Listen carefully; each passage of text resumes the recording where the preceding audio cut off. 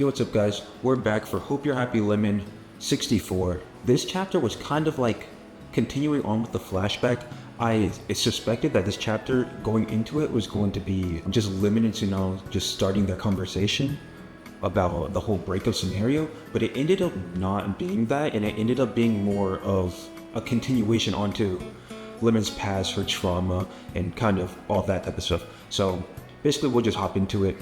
And yeah, we'll cover it. So basically, we're starting off, and Lemon's back at her house, and she's saying like, she's just thinking to herself how stupid she kind of is for like saying, oh, she was dating 3 guys. And yeah, she's just saying like, oh, how panicked she felt and how she didn't really know what to do in that situation, so she just picked whatever scapegoat she could find. She then goes on to be like, oh, I need to apologize for what I said, because, you know, she didn't mean it, right? And yeah, she really just needs to go back and, well, she wants to go back to Sunao and tell him that she didn't mean to break up with him and that she really wants to still be with him. But then as she's like thinking about this, she remembers back to when Sunao said that he already knew that she was cheating on him, and this kind of almost like she almost feels a little confused on as to why like this happened, or like how he even knew. But this kind of leads her to like not press like the issue further. Like she doesn't, this makes her kind of like feel more awkward about it and not want to go confront Sunao. Really what I'm getting from, I wouldn't say Lemon's character, because we already kind of know like how her character functions and all of that. Basically like what we're given here is that we're given the context as to why this whole situation snowballed so crazy through this chapter, like throughout the whole chapter, really.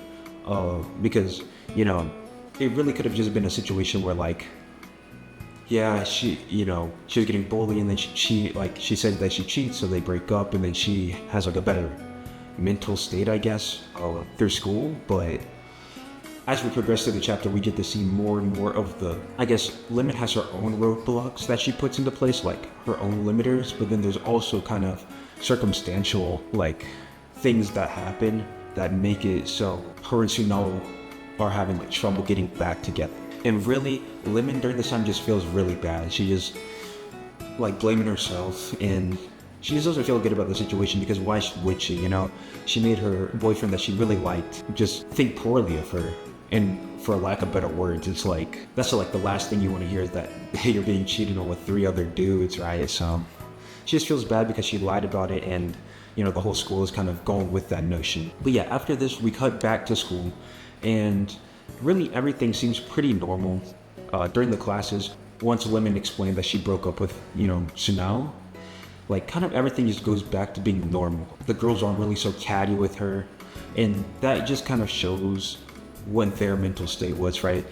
They were just kind of jealous of Lemon having everything, you know? I mean, there is like a little bit like of hostility, but not really. Like most of like the direct bullying and stuff is kind of gone right after Lemon broke up. That just kind of goes to show you that this was the outcome that Lemon wanted, where she just didn't want to, you know, be pressed by her classmates and like, you know, teased and whatever. But she didn't expect it to be, well, I guess that part isn't like explained in the actual story, but as like a reader, you're just seeing like the like light switch just flip on and off, just like completely like 180 of the, you know, how like the other characters are interacting right after, you know, Lemon broke up with her, like her boyfriend. It's like, I don't know, man. It just shows that they might not be the best people in the world. Let's just put it that way, right? And then basically throughout school, like basically the whole day, Lemon is like, she has Sunao on her mind, right? She's thinking like, oh, I have to talk to him, I have to explain, I have to do all of these things. And yeah, she's basically just really distracted throughout the whole day. We get a scene where she bumps into, I don't think it's a teacher, I think it's just one of the other students. Yeah, it's just another student. And they drop papers, right? And the papers they drop were the like prospective high schools that like request, or whatever high schools that they would want to go to in the future. And then Sunao's drops, and then she looks and sees that he changed his school. He changed the school that he was going to go to, because before, Sunao's thing was that, hey, I don't really think I have the best grades in the world, but I still want to go to the same school as you, Lemon, right? So I'm going to work really hard and try to get into this school. But now, as we see, he just completely erased the school that Lemon was going to, and then just decided to stick with his original choice. And this really, you know, shocks Lemon, surprises Lemon, doesn't make her feel good in the slightest, right? Because she's like, yeah, it's her fault that he changed schools, which kind of it is, man. I mean, it is because he's trying to forget her too, right? Because Lemon just said that she cheated on him, so like, why would he want anything to do with her? Really, right? Even though Sunao at this point doesn't really believe it, he can't like fathom it, because it's like super, it's just not a very common scenario. It's just like a weird situation to be in.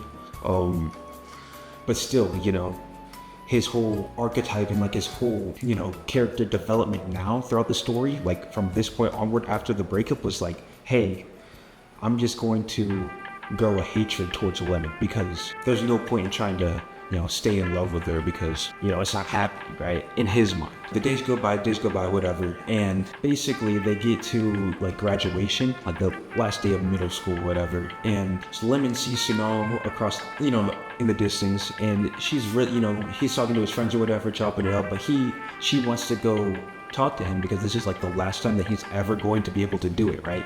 Or this is the last time that she's going to be able to, you know, ever talk to him about the situation in her mind, right? Because and she just wanted to clear up the situation, because she still likes him, right? It's not like she doesn't. She was just forced in a situation that she didn't want to be in, and she didn't really know how to deal with it. She wasn't confident enough to deal with it, and he was affected negatively by it, but she didn't want him to be, you know, affected like that. All in all, she wants to talk to him, and we're getting a lot of like boundaries put in place, like this person's trying to talk to Lemon, this person wants to have a group flip, like this person wants to have a group photo with Lemon. It's like, it almost feels impossible, like there's no way that she's gonna be able to talk to him, right? And then what happens is right before she goes and tries to talk to Sunao, her mom pops up, right? Because I guess her sister got hospitalized, you know, crazy thing that happened, right? But basically, you know, she has to rush to the hospital. You know, her sister's fine, but you know, she got hit on a bike, or yeah, she fell off her bike or something. But basically, there was just all these roadblocks. Like, the world did not intend for Lemon to meet Sunao at this point in time. It's basically what we're getting from, you know, this part of the, you know, of the chapter. It's like Lemon was not confident before, but then over the time over the past year, you know, going like before she graduated high school, or before she graduated middle school, she developed the courage and the, you know, confidence that she needed beforehand to go talk to Sunao. She developed it right then. And yeah, it just didn't work out. So she ended up not talking to him. So then we cut to the hospital, right? And her mom and her sister are just going back and forth, bantering, whatever, because she's like kind of fine. But Lemon, you know, the whole time, you know, of course she's concerned about her, you know, her sister or whatever, but she's really thinking about Sunao and how much she really hates herself for not talking to him, and how she just couldn't do it, and how now it's just too late. Because basically at this point, right, the whole graduation ceremony would be over, and she wouldn't know what to do, right? Like, it's not like, I guess she could still go over to Sunao's house or whatever, but yeah, I don't know why they didn't do that, or maybe that's coming up in the next few chapters, who knows? Like, maybe she tried to reach out even more past this point, but basically, she's kind of like, oh, the thing's gonna be over, everyone's gonna be gone. And then, yeah, basically what happens is her mom says, oh, I left my bag in the car, I'm gonna go grab it real quick. And then instead of Lemon's mom going to grab it, Lemon's like, oh, it's okay, I got it, right? So to me, this is signaling like, oh, Lemon's still thinking like, oh, maybe I could, you know, try to sneak back to the graduation and hopefully, you know, catch Sunao or something. But yeah, so that's what she says. She goes and gets the keys or whatever, and then she goes and leaves the hospital room. And then as she's leaving, as she's opening up the door and like walking out, someone bumps into her, and who's that someone? Kokohara. So we're kind of going full circle with this whole all three of the main characters in this story, and this is like their fateful encounter. And yeah, that's kind of where we leave off the chapter. So I don't know, really. I mean, to me, I was expecting just one flashback chapter. Was it last week or 2 weeks ago? I think it was 2 weeks ago. I was just expecting one like chapter, and then we go straight into like the action, and then we can like kind of piece together the information. But yeah, man, it's, you know, this year's going at a much slower pace than I anticipated it going. It's not bad. It's just, you know, reading it weekly is just, not tiresome, but you kind of want things to speed up more than they are. Like, you know, probably if you go back and read this in, you know, whatever, a couple of years or a year or so or 6 months, like, it's gonna flow really well. But personally, I just wasn't expecting another flashback chapter. But now that we got this, and now that Lemon, you know, met Kogahara for the first time at the end of this chapter, I'm assuming that this flashback is going to be a lot longer than you know, at least one more chapter is gonna be a flashback, and then we'll jump to the present.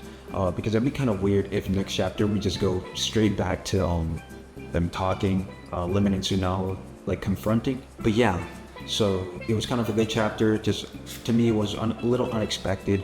We get more of Lemon's, like, we get more of her like reasoning as to why she didn't try to make amends, or like why she didn't reach out to Tsunao like during middle school. But even still, there were still like, we kind of just jumped like straight from when they broke up to like graduation. Like there was no really in between, like there was no in between time, and I wish there was more of that. But yeah, we kind of just flesh out Lena's story a little bit more in the next chapter, where we get some more Kogahara and hopefully flesh out her story, see what's up with her, because we really don't know that much. We don't know much at all. So I think that one's going to be really interesting. And yeah, that's really about it, guys. So I'll see you